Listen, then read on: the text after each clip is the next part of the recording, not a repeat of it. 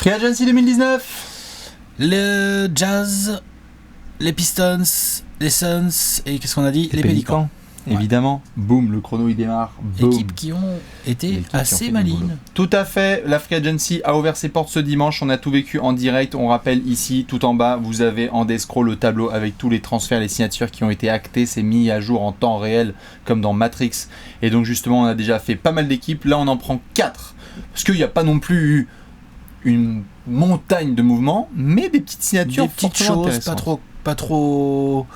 pas trop mal vues, des petits coups qui fit bien. Exactement. Tu veux commencer par qui? Vas-y. Hein. Eh bien les Suns, bravo Phoenix, car nous sommes Alex le 1er juillet de l'an de grâce 2019 et vous avez un meneur de jeu et j'ai envie d'applaudir. Même Léon s'y applaudit. Ils ont 5 joueurs à 5 postes différents. Oui, ça non c'est seulement bon. On a un meneur, mais on a presque déjà un roster. Pour le coup. Oh N'empêche. Non mais n'empêche que Ricky Rubio c'est bien. Vous avez évité le traquenard Terry Rozier. Je sais pas si c'est un traquenard Terry Rozier. Ce que je sais, c'est que vu la composition de l'effectif des Suns, t'as beaucoup plus besoin d'un mec d'expérience et d'un passeur créateur comme Ricky Rubio que d'un scoreur qui va, tu vois, et qui a besoin de faire ses preuves. Ricky Rubio, lui, va venir pour montrer qu'il peut encadrer des jeunes. Tout à fait. Terry Rozier, il aurait fallu qu'il fasse ses preuves.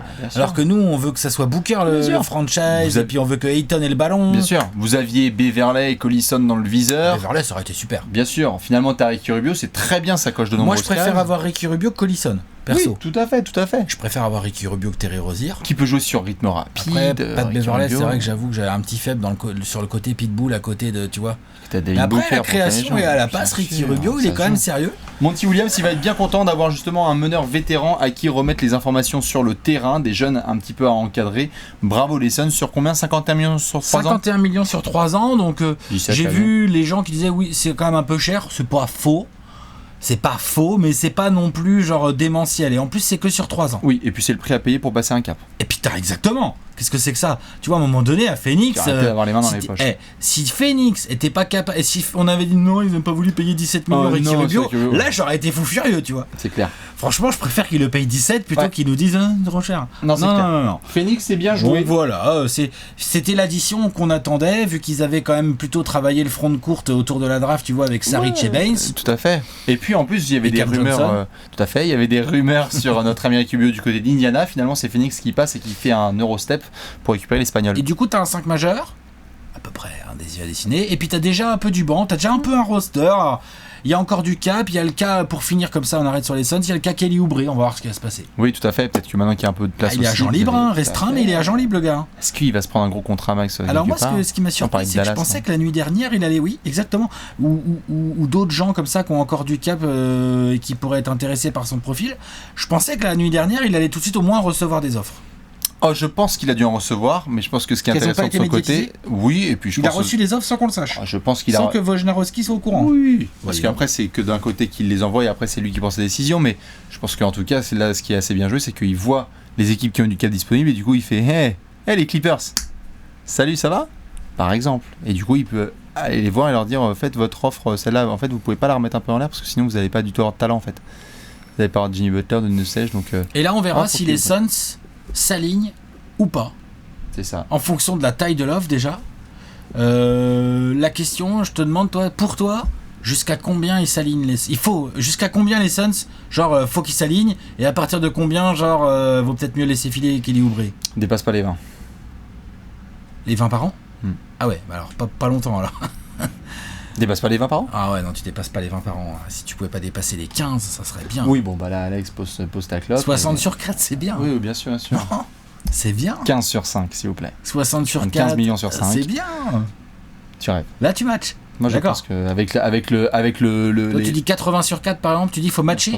S'il y a 80 sur 4, tu dis Phoenix doit matcher ça? Non, je dis que c'est le max qu'ils peuvent matcher, mais sinon, idéalement, j'irais sur 17. Donc, si quelqu'un se pointe et fait 80 sur 4, toi, tu penses que Phoenix peut matcher ça? Je suis pas à l'intérieur de la franchise, donc je sais pas s'ils s'entendent si bien que ça. Justement, par rapport au roster. Ouais, pourquoi pas, ouais, parce que t'as déjà, dans l'aile, t'as déjà du monde. Enfin, t'as déjà un peu de joueurs. Ouais.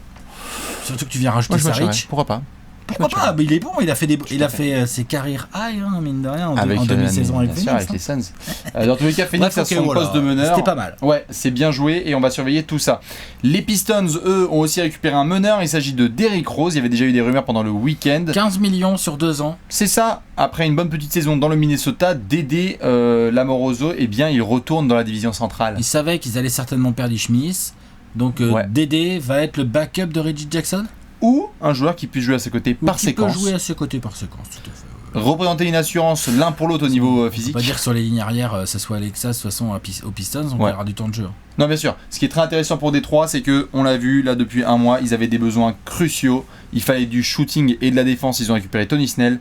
Il fallait de l'agressivité et des ball handlers. Ils récupèrent Derrick Rose, alors qu'ils n'avaient pas énormément de place dans le cap. C'est bien Détroit. Ils ont Langston Galloway, ils ont Derrick Rose, ils ont Tony Snell et Reggie Jackson, avec le petit Bruce Brown pour tourner un peu comme ça sur les guards. Derrick Rose ajouté avec Tony Snell pour une équipe qui a joué les playoffs et qui veut y retourner. Bien. C'est pas mal. Ça va. Plus ses coups. Plus sur le front de courte. Et ils auront encore une petite mid-level ou no sais-je à distribuer à des Donc copains. ça, c'est le genre de petit move. Ouais, c'est bien Détroit. Pas bête. Puis Derrick qui va jouer 4 fois Chicago l'année prochaine. Ouais, il retourne dans la centrale. Il retourne dans la centrale, le mec il a joué avec les Cavs, il a joué avec les Bulls, maintenant les Pistons. Il retourne dans la centrale. On a Derrick qui va jouer 4 fois les Bulls, on a Brogdon qui va jouer 4 fois les Bucks. Il va y avoir 2-3 petits duels sympathiques. Ah ouais, clairement. Voilà. Mais on a Tony Snell qui va jouer 4 fois les Bucks aussi. Enfin bref. Exactement, ça la va centrale, être il peut y avoir de l'ambiance. La centrale, tu réponds. Donc non, moi je... oh la vache. Bah oui. Derrick Rose, c'est pas mal à Détroit, moi j'aime bien. Il y a pas mal de gens qui ont dit oh là là, c'est un peu la signature forcée. Moi j'avoue que j'aime bien. Il a pris l'argent. Je pense que Détroit lui proposait le meilleur contrat. Puis Derrick reste en NBA. Non mais vraiment, je pense. Hein. Bien sûr. Je pense qu'il y avait peut-être d'autres équipes, on ne saura pas. Mais je pense que 15 millions sur 2 ans. En fait, Derrick il est au minimum aux Wolves là. Au minimum, il avait pris une mid-level en catastrophe, je crois, par le passé. Voilà. Non, Derrick reste en NBA. Et ça, c'est tout ce qu'on aime. Derrick reste en NBA. Derrick va porter le maillot d'une franchise quand même un peu sérieuse. Quand même. Il va peut-être ramener du public à la Caesar Palace Arena. Du quoi Arena, je sais pas quoi. Du quoi Désolé. Non, mais ça peut être hyper intéressant pour les Pistons, clairement.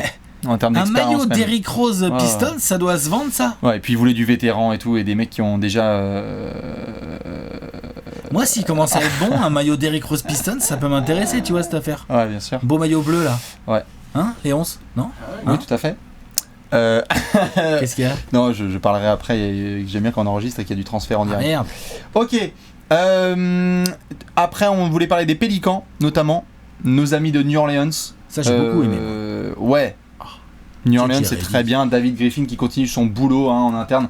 Il nous a récupéré un JJ Redick sur les ailes et un petit Derrick Favors à l'intérieur. Franchement. Ça, c'est canon.